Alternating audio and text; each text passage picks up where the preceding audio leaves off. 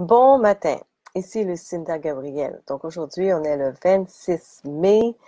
Je suis live de la Floride et je veux partager avec vous, comme je vous ai promis la semaine passée, la différence entre la guérison du Nouvel Âge et la guérison biblique. Je sais que ça aussi, c'est pas un sujet qui est facile à discuter. Bon matin Isabelle, merci d'être là. Doris, Marie Coderre, bienvenue. Donc, je vais juste attendre un petit moment pour que les gens puissent arriver. Donc, c'est ça. C'est pas un sujet qui est facile parce que, tu sais, ça fait partie des choses que j'ai enseignées. C'est pas toujours facile d'admettre que on était dans le champ, hein, qu'on était trompé, euh, et on a trompé les autres personnes. Mais c'est la vie, c'est ce qui arrive. Et quand on sait mieux, on fait mieux. Et moi, j'aimerais ça me reprendre. euh, Puis au moins vous partagez ce que j'ai trouvé comme la vérité aujourd'hui. Ce que je trouve extraordinaire, ce que j'ai lu dans la Bible, c'est merveilleux. Puis je trouve que ça serait important de partager ça avec vous. Je serais vraiment pas correct de juste tout arrêter, pour l'instant en tout cas, et de me cacher puis de pas partager ce que j'ai trouvé. Donc, c'est pour ça que je veux partager un petit peu, au moins pour vous encourager d'aller lire pour vous autres-mêmes. Qu'est-ce que c'est tout ça? Qu'est-ce que la Bible dit par rapport à la guérison? Donc, bon matin, Yolène Galland, Pierrette Morneau, merci beaucoup d'être là.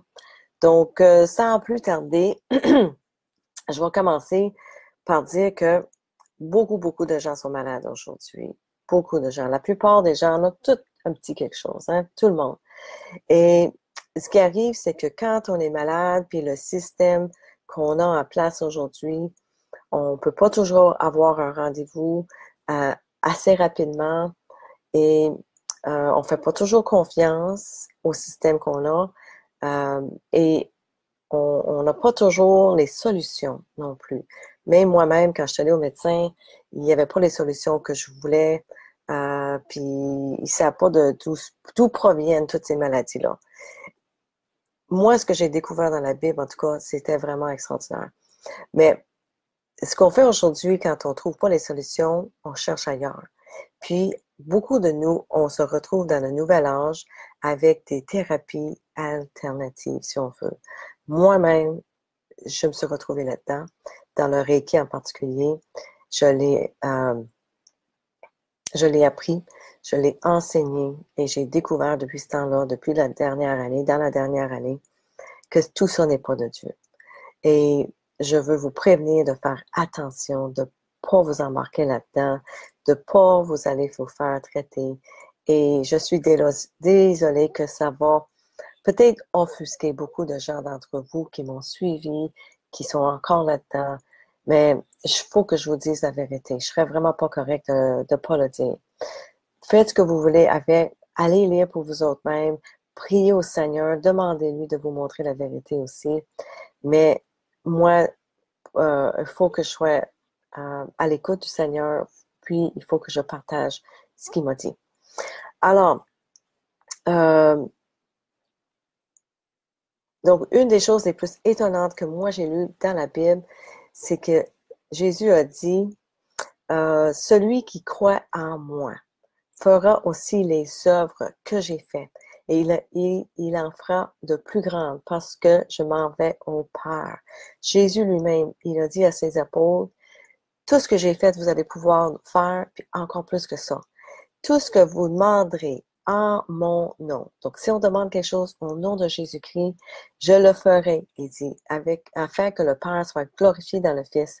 Si vous demandez quelque chose en mon nom, je le ferai. Ça, c'est dans Jean 14. Dans Jean 16, 23, en ce jour-là, vous ne m'interrogerez plus sur rien. En vérité, je vous le dis, ce que vous demanderez au Père, il vous le donnera en mon nom. Donc, tout ce qu'on lui demande en son nom, il va nous répondre à nos prières.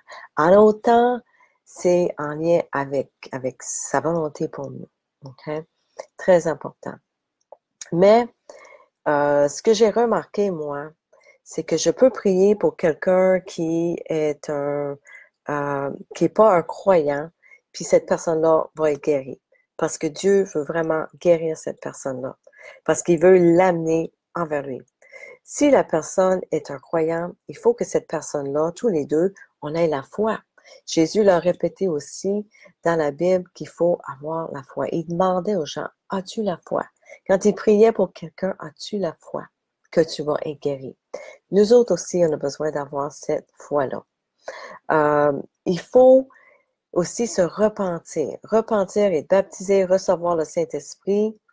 Puis, il faut parler aussi un petit peu de la source de la maladie. Beaucoup de gens pensent que la source de la maladie aujourd'hui, c'est notre bouffe, c'est ci, c'est ça. Dans la Bible, c'est assez clair. Moi, je trouve ça assez clair que c'est le péché qui est la source de toutes nos maladies. Et je sais que ça, c'est un autre sujet qui est très difficile à parler parce que les églises, surtout catholiques, quand moi j'ai été élevée, en tout cas, je m'en souviens qu'ils parlaient des péchés, on était tous des pécheurs, puis ce qui est vrai, on est tous nés des pécheurs, on a ça dans notre ADN avec Adam puis Ève qui ont péché au début, mais Dieu, le Père, a envoyé une solution, il nous a envoyé son Fils. Puis c'est cette partie-là, moi, qui a été manquée dans l'Église catholique. Je ne sais pas s'ils l'ont dit, puis je n'ai pas compris, je ne sais pas. Mais Jésus est venu ici pour mourir sur la croix, pour nous sauver de nos péchés. C'est ça la clé. Donc, par la grâce de Dieu, quand on croit dans son Fils, Jésus-Christ, nous sommes sauvés. C'est juste ça qu'on a besoin. On a besoin de croire en Jésus. Et Jésus nous a dit, repentez-vous, faites-vous baptiser dans l'eau et dans l'esprit, et comme ça, nous allons être dans son royaume, on va voir et aller dans le royaume des cieux. Donc ça, c'est très important. Le baptême nous lave de nos péchés et l'Esprit Saint nous donne le pouvoir d'arrêter de pécher. Okay? Donc ça, c'est important. Puis quand on arrête de pécher, ben, en principe, on ne devrait plus être malade. On ne devrait plus avoir de maladie. Mais ça ne veut pas dire que les croyants, les chrétiens, les gens qui sont nés de nouveau ne sont pas malades. Parce que on peut avoir un peu de péché dans notre vie, qu'on a besoin de repentir, pas croire, de pas avoir la foi. Manquer de foi, c'est un péché, par exemple. Souvent, moi, ce que j'ai vu dans la dernière année, puis je peux juste parler de la dernière année parce que c'est tout nouveau pour moi. Souvent, ce que j'ai vu, puis ce que j'ai même vécu pour moi-même, c'est que on peut être attaqué. En tant que croyant, on peut être attaqué, puis avoir des maladies qui sont vraiment des attaques de l'ennemi pour nous empêcher. L'ennemi, ce qu'il veut, là, je viens d'écrire là-dessus dans mon nouveau livre, l'ennemi, ce qu'il veut, c'est de nous garder dans son monde à lui, ok? Ce monde dans lequel on vit ici sur la Terre. Il y a deux mondes sur la Terre, vraiment, là. Il y a le monde de la noirceur, puis il y a un monde de lumière, puis ils sont tous les deux ensemble. Puis dans la Bible, il y a une parabole, ça fait penser à ça. Il y a une parabole qui parle de un homme qui a semé des bonnes graines sur son terrain. Puis, dans la nuit, il y a un homme qui est méchant qui est arrivé, qui a semé des mauvaises herbes. Donc là, quand ça a commencé à pousser, il y avait le bon puis le mauvais en même temps. Puis c'est nous autres, c'est vraiment comme ça. Donc, il y a du bon puis du mauvais qui sont en train de pousser en même temps. Et à la fin, ils vont sortir puis ils vont séparer les deux. Mais on ne peut pas les séparer avant. Donc, on va les séparer à la fin. C'est ça que Dieu va faire. Alors, tout ça pour dire que nous avons du péché. C'est Jésus qui nous sauve de nos péchés, qui nous lave de nos péchés. Et par la suite, si on est malade, c'est parce qu'il reste encore des choses qu'on n'a pas repenties, des choses qu'on continue à faire, qu'on ne sait pas, qu'on doit, en tout cas, connaître c'est quoi notre péché, ou on peut être attaqué. Si vous êtes une personne qui est très active, puis j'en connais beaucoup d'entre vous qui m'écoutent, qui partagent la bonne nouvelle, qui prient pour les gens, pour leur guérison, pour la délivrance, vous allez être attaqué. Vous allez pogner des grippes, vous allez avoir des maux de dos, vous allez avoir plein de choses parce que c'est l'ennemi qui essaie de vous empêcher de partager la bonne nouvelle. Alors, si on continue de ce que j'ai trouvé dans la Bible par rapport à tout ça, par rapport au péché, ça dit, Jésus trouva, il y avait un homme qui était dans le temple, il lui a guéri et lui a dit, tu as été guéri, ne pêche plus de peur qu'il ne t'arrive quelque chose de pire. Donc Jésus l'a guéri puis il a dit au monsieur, arrête de pécher au cas qu'il y a quelque chose de pire encore qui t'arrive. Donc la guérison est très reliée au péché. Dans un autre James, quelqu'un parmi vous est-il malade? C'est là que Jésus, pas Jésus, c'est Paul. Paul qui parle aux personnes, aux croyants, aux chrétiens, puis qui leur dit, y a-t-il quelqu'un parmi vous qui est malade?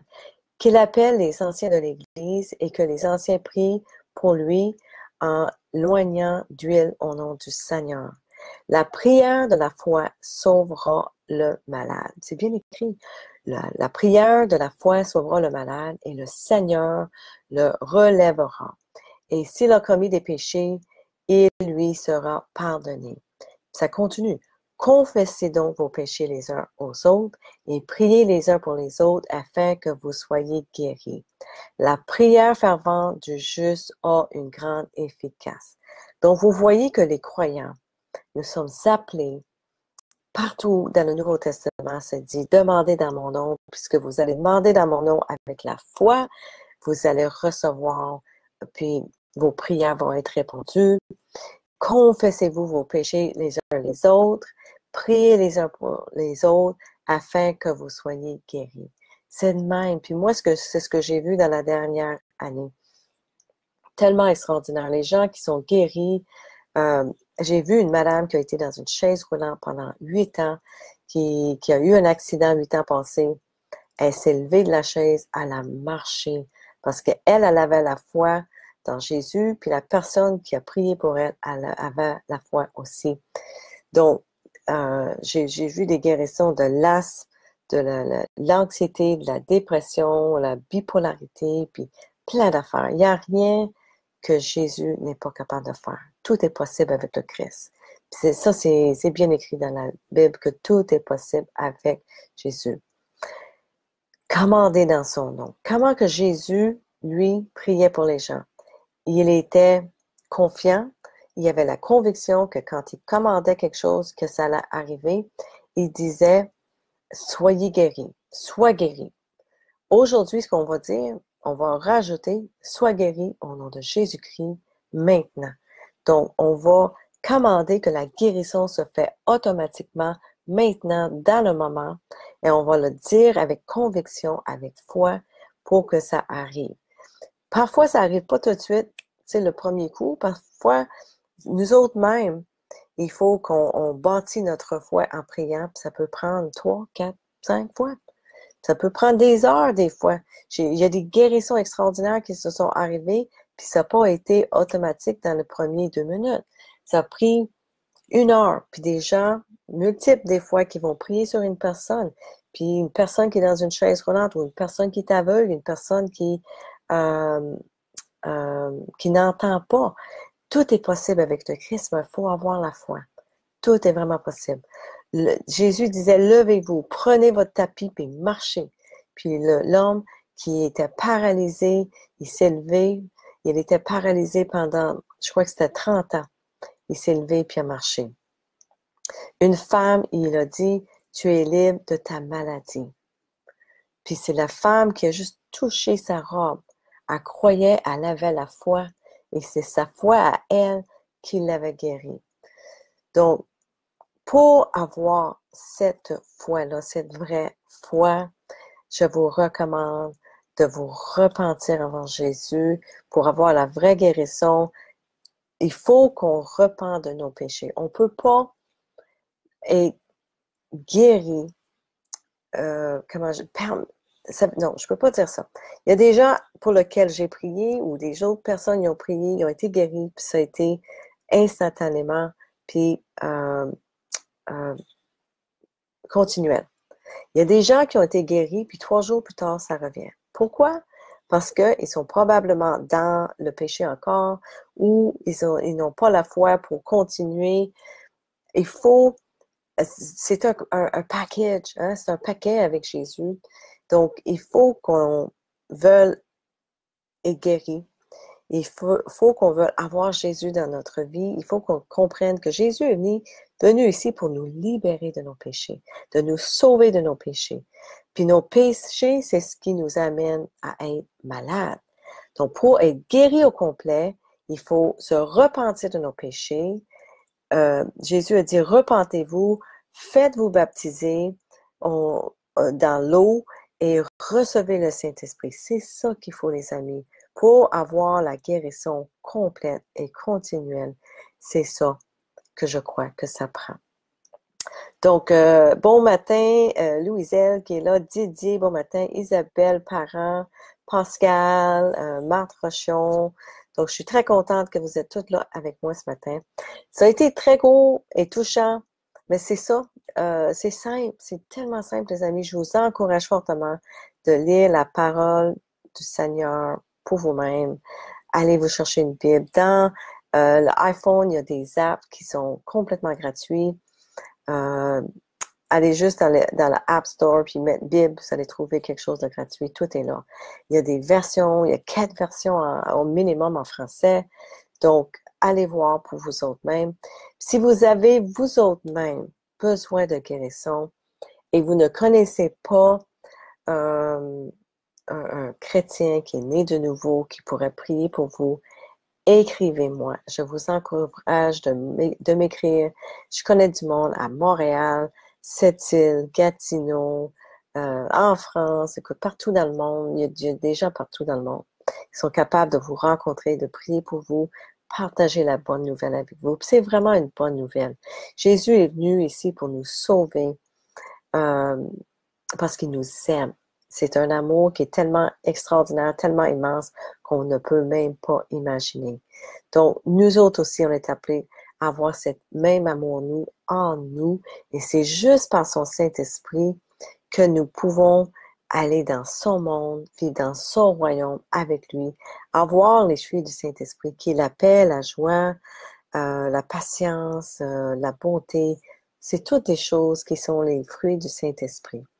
C'est comme ça que vous allez connaître un vrai chrétien. C'est par les fruits. Et c'est ce que c'est dit dans la Bible. Donc, j'espère que vous avez aimé ça ce matin. Comme je vous dis, si vous avez besoin de guérison, contactez quelqu'un que vous connaissez qui est dans la Bible, qui est croyant. Écrivez-moi aussi. Je vais vous mettre en contact avec des gens extraordinaires qui pourraient prier pour vous. OK? Donc, Nouveau-Brunswick aussi, il y a des gens qui sont là partout, partout, partout. Nouvelle-Écosse, en tout cas. Donc, je vous souhaite un bon dimanche et je souhaite en tout cas que ça a été bénéfique pour vous.